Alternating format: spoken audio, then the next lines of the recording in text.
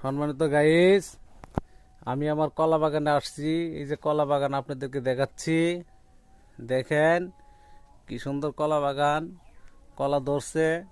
আপনাদের দাওয়াত থাকলো, আসবেন কলা বাগানে, আসবেন এখানে আমার বাড়িতে, আসবেন এসে কলা খেয়ে যাবেন, কলা খেয়ে যাবেন।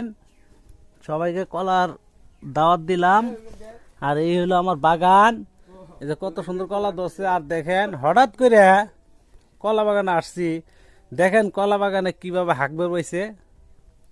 এই যে হাঁক বের বইছে, স্ক্রিনে যারা দেখতেছেন, সে কলা বাগানে হাঁকতেছে, বুঝছেন? তাইলে আপনারা বলেন, মানুষের রাক্কাল পছন্দ বলতে কিছু আছে?